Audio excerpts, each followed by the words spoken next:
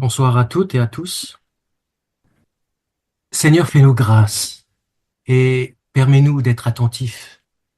L'apôtre Paul, à un moment donné, il a fallu qu'il ait les yeux charnels aveugles pour pouvoir voir la lumière. Et c'est comme ça que le Seigneur veut nous traiter. Il veut absolument que nos yeux, notre regard terrestre sur l'Évangile se ferme pour que nos yeux spirituels puissent s'ouvrir sur le royaume de Christ. Et là est toute notre délivrance. On avait parlé, souvenez-vous, de ce veau d'or, c'est-à-dire le mélange entre ce que Dieu nous donne et puis ce que la terre donne, cette vieille nature qui va utiliser les choses de Dieu pour dire des choses et faire des choses au nom de Dieu et pour Dieu. Et en fait, ça devient une idolâtrie. Si on devait résumer l'ADN du veau d'or, on pourrait dire beaucoup de choses. J'aime ce verset qui va peut-être bien résumer ce veau d'or. Quand Dieu dit « Faisons l'homme à notre image », à notre ressemblance. Et l'homme, lui, il dit, faisons Dieu à notre image et faisons Dieu à notre ressemblance. Et le chrétien peut aussi tomber dans ce piège de rendre Dieu à son image. Et il faut absolument que Dieu puisse nous délivrer, nous purifier de notre vieille nature pour pouvoir grandir et croître dans la connaissance de Jésus-Christ. On avait vu aussi que si Aaron, un homme inspiré, un homme mis en place par Dieu, un homme au vrai ministère, un homme qui connaissait l'intimité du prophète Moïse, qui connaissait l'intimité de Dieu. Si un homme comme cela a pu créer le veau d'or, à combien plus forte raison nous devons faire attention pour nos propres vies. Nous devons faire attention à tout ce que nous disons en faveur de Dieu et à tout ce que nous faisons pour la gloire de Dieu. Et on avait vu ensemble que finalement, la seule chose qui puisse nous aider, c'est d'être purifiés de cette vieille nature qui se crée des veaux d'or. Elle, elle ne manquera pas de le faire chaque fois qu'elle le peut, et c'est pas nous qui allons pouvoir la brider.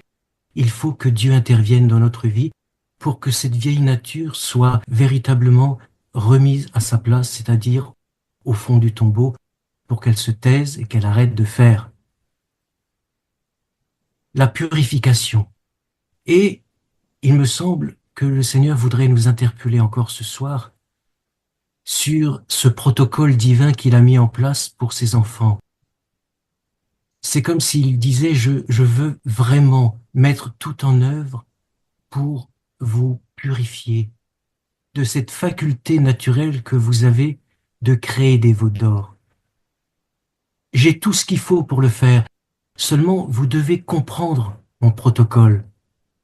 Vous devez comprendre comment je m'y prends pour pouvoir l'accepter, pour pouvoir y entrer et en sortir vainqueur.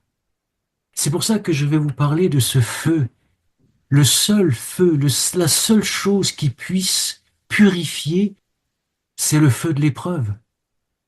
C'est le feu de l'épreuve. C'est quelque chose que j'aurais aimé comprendre au début de ma vie chrétienne, mais j'étais trop orgueilleux, je le suis encore, mais j'étais trop imbu de moi-même et trop sûr de moi pour comprendre cette profondeur de Dieu. Je ne peux purifier ton cœur que quand je te fais passer par l'épreuve. Et on va juste prendre un texte et nous arrêter sur quelques passages pour que l'on comprenne bien, parce que là on va passer à la pratique, c'est-à-dire à des choses que nous vivons tous les jours. Et que si nous ne comprenons pas ce que nous vivons, nous ne comprenons pas non plus l'œuvre que Dieu veut faire. Déjà, est-ce que nous sommes d'accord que nos vies sont dans sa main quand tout va bien? Et est-ce que nous sommes d'accord pour dire que nos vies sont dans sa main quand rien ne va? Nous sommes d'accord? Dieu ne peut pas être absent. Alors pourquoi il permet ces choses? Et c'est là ce que nous appelons l'épreuve, le feu de l'épreuve qui nous purifie de notre vieille nature. C'est dans Daniel 3, et je vais juste citer quelques versets. Daniel 3, c'est ce contexte de cette statue de Nabuchodonosor. Encore une fois, une œuvre de l'homme en or. Encore une fois, une statue en or. Encore une fois, une statue que l'on va appeler, peut-être pas l'Éternel, mais Dieu. Et encore une fois, une statue qu'il va falloir adorer et devant laquelle nous allons devoir plier le genou. Une statue, c'est-à-dire un système, une réalisation de l'œuvre humaine, une statue qui vient de la nature charnelle de l'homme et qui demande l'adoration. Et le Seigneur va programmer cette fournaise dans leur vie. Et bien souvent, nous, on considère que la grande délivrance, c'est lorsqu'il a fait sortir les 3 amis de Daniel de la fournaise. Or, en observant bien tout le contexte, on voit que c'est pas ça, la délivrance. C'est déjà d'être délivré de ce contexte de vie, de cette idole qui domine les vies. Il nous faut véritablement la grâce de Dieu pour en être délivrés. Ces 3 amis de Daniel vont dire à un moment donné au roi, « Sache, roi, que nous ne servirons pas tes dieux et que nous n'allons pas adorer la statue d'or que tu as élevée. » Et voyez-vous, ça c'est notre cœur. C'est ce que nous disons au Seigneur. Seigneur, je ne veux pas d'idole dans ma vie. Je ne veux que toi. Je veux la vérité. Je veux adorer le vrai Dieu. Non pas une ressemblance, non pas une image que je me fais, mais la vérité. Je ne veux pas adorer la statue d'or que parfois je m'érige moi-même, je m'élève moi-même. Je veux t'adorer, toi. Et le Seigneur va organiser leur vie. C'est lui qui va permettre que les hommes les placent dans cette fournaise. Dieu n'est pas étranger. Il aurait pu faire autrement, mais il faut bien comprendre que c'est comme ça qu'il fait dans notre vie. Il nous parle, il nous montre. Vous voulez être délivré de cette vieille nature qui ne pense qu'à s'idolâtrer? Eh bien, je vais permettre dans votre vie le feu de l'épreuve. Je vais orchestrer des fournaises. Je vais préparer des fournaises. C'est moi, l'Éternel, qui va placer ces choses dans votre vie. Ne les craignez pas. N'ayez pas peur. Je suis avec vous. D'ailleurs, on va voir que l'ange de l'Éternel va être avec eux dans la fournaise. Ça veut dire que Christ est avec nous dans la barque de notre vie au milieu de la tempête. Ça, c'est pas un problème. Le problème, c'est que nous comprenions que pour nous purifier de cette faculté de croire dans des fausses images, eh bien, il faut absolument que ce feu nous purifie. Alors, j'avance et il y a quelque chose de vraiment, vraiment, vraiment merveilleux. Il est dit aussi que ces hommes furent liés avec leurs caleçons, leurs tuniques, leurs manteaux, leurs vêtements, et jetés dans la fournaise ardente, d'accord? Ensuite, le roi qui s'approche, parce qu'il y a quelque chose de fantastique qui se passe, va dire, je vois 4 hommes sans lien qui marchent au milieu du feu et qui n'ont point de mal. Et la figure du 4e, on sait que c'est la figure de Christ qui marche avec eux, comme Christ marche avec nous dans nos fournaises. Et ils virent que le feu n'avait eu aucun pouvoir sur le corps de ces hommes, que les cheveux de leur tête n'avaient pas été brûlés, que leurs caleçons n'étaient point endommagés et que le feu ne les avait pas atteints. Mais il va dire quelque chose d'important. Il va dire, n'avons-nous pas jeté au milieu du feu 3 hommes liés? Eh bien maintenant, j'en vois 4 sans lien. Et si la fournaise n'a pas pu toucher aucune chose de leur être, de leurs habits, ils ne sentaient même pas la fumée, la fournaise a quand même touché quelque chose. Vous avez remarqué? Vous savez ce que c'est? La fournaise a brûlé une chose, et une chose capitale. La fournaise a brûlé leur lien, parce que c'est exactement ce que Dieu voulait toucher. Rien d'autre que leur lien. Qu'est-ce qui nous lie, frères et sœurs? Qu'est-ce qui nous lie? Cette vieille nature qui s'empresse de vouloir désobéir et de s'émanciper de Dieu, c'est elle qui nous lie. Et c'est la seule chose que Dieu veut toucher. Parce que lui, il sait, il connaît cette vieille nature héritée d'Adam qui ne supporte pas les choses de Dieu et qui fera tout son possible pour contrer l'œuvre de Dieu dans notre vie. Donc, il va permettre la fournaise, il va permettre les épreuves, le feu de l'épreuve pour toucher une chose capitale dans notre vie, cette vieille nature rebelle.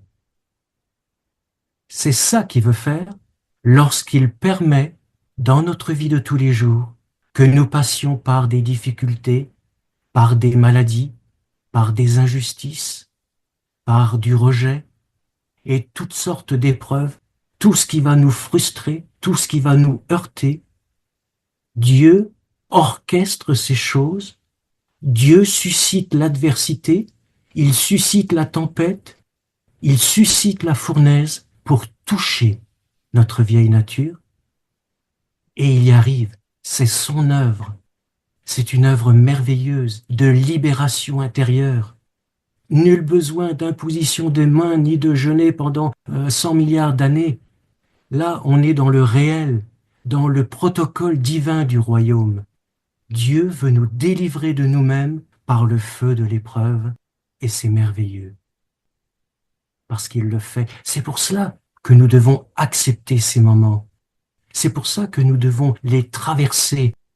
Non pas tambouriner pour que Dieu les arrête absolument, ou alors chasser le diable parce qu'on va croire que c'est lui qui orchestre ces choses. Mais non, le diable, il est dans la main de Dieu. Le diable est un outil entre les mains de Dieu. L'épreuve, elle est pour nous libérer. C'est elle le feu dont on a besoin. Et j'aime ce dernier verset de ce chapitre parce que c'est après, quand cette affaire fut finie, quand il est dit après cela, donc après cette épreuve, après cette fournaise, après la difficulté que je permets dans ta vie, le roi fit prospérer Shadrach, Meshach et Abednego.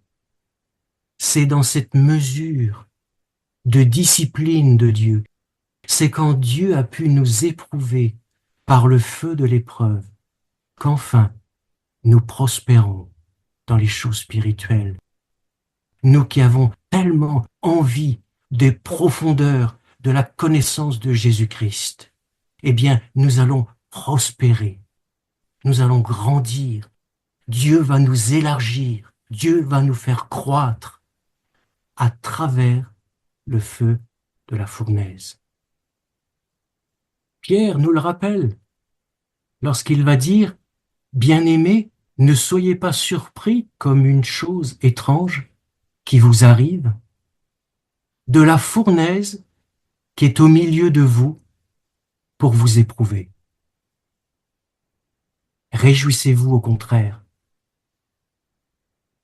On pourrait même dire « Réjouissez-vous, mais demandez à Dieu de vous ouvrir les yeux pour que vous puissiez, à travers les fournaises et les tempêtes de vos vies, discerner son œuvre merveilleuse d'amour et de grâce, son œuvre libératrice, qu'il ouvre les yeux de votre cœur afin que vous puissiez discerner sa main bénissante à travers le feu, sa main purificatrice à travers le feu, afin que vous soyez aussi dans la joie et dans l'allégresse lorsque sa gloire apparaîtra. Donc il y a une incidence très forte entre le feu de la fournaise de l'épreuve et le retour du Seigneur, c'est-à-dire une préparation à travers le feu, à travers la purification, une préparation merveilleuse qui nous libère de nous-mêmes et de notre faculté de se faire des fausses images, des fausses représentations de la vie chrétienne, du service de Dieu, des pensées de Dieu, de la volonté de Dieu.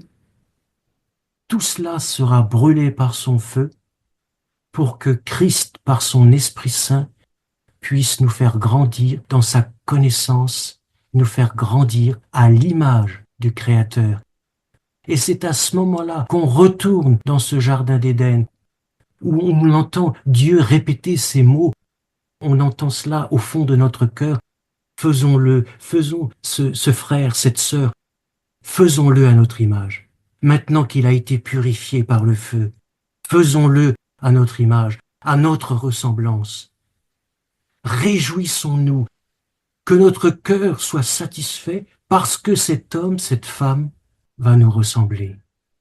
C'est le but, c'est le dessein de Dieu, la ressemblance de Jésus-Christ. Et je termine par deux petites paraboles, deux petites images. Après, vous aurez l'occasion de rebondir, de poser des questions. Nous qui voulons tellement que la lumière de Christ qui habite en nous sorte de nous, n'est-ce pas, et soit partagée au monde pour l'éclairer. Eh bien, savez-vous comment est fabriqué le verre? On chauffe le sable à une température telle qu'à un moment donné, il devient transparent. Voilà ce que produit la fournaise dans notre vie. Une divine transparence pour laisser la lumière du Christ qui vit en nous, cette fois-ci, sortir et éclairer nos familles, nos amis et le monde qui nous entoure. Et puis, une dernière chose, lorsque l'orfèvre, lorsque celui qui prépare l'or, vous savez, lorsqu'il va l'épurer, il va devoir enlever les scories, les impuretés, il le fait passer par le feu, on le sait, pour que toutes les scories soient enlevées. C'est le but de l'épreuve. C'est ça la purification. C'est ça nos épreuves que nous traversons chaque jour. Elles ont ce but-là. Et vous savez, ce qui est merveilleux, c'est que à un moment donné, eh bien, cet artisan, il faut qu'il voie si son travail est réussi. Comment il va faire? Eh bien, il va se pencher au-dessus, il va regarder l'or en fusion, et il va se passer une chose étrange, c'est qu'il va voir son visage. Il va voir son visage reflété dans ce magma en fusion.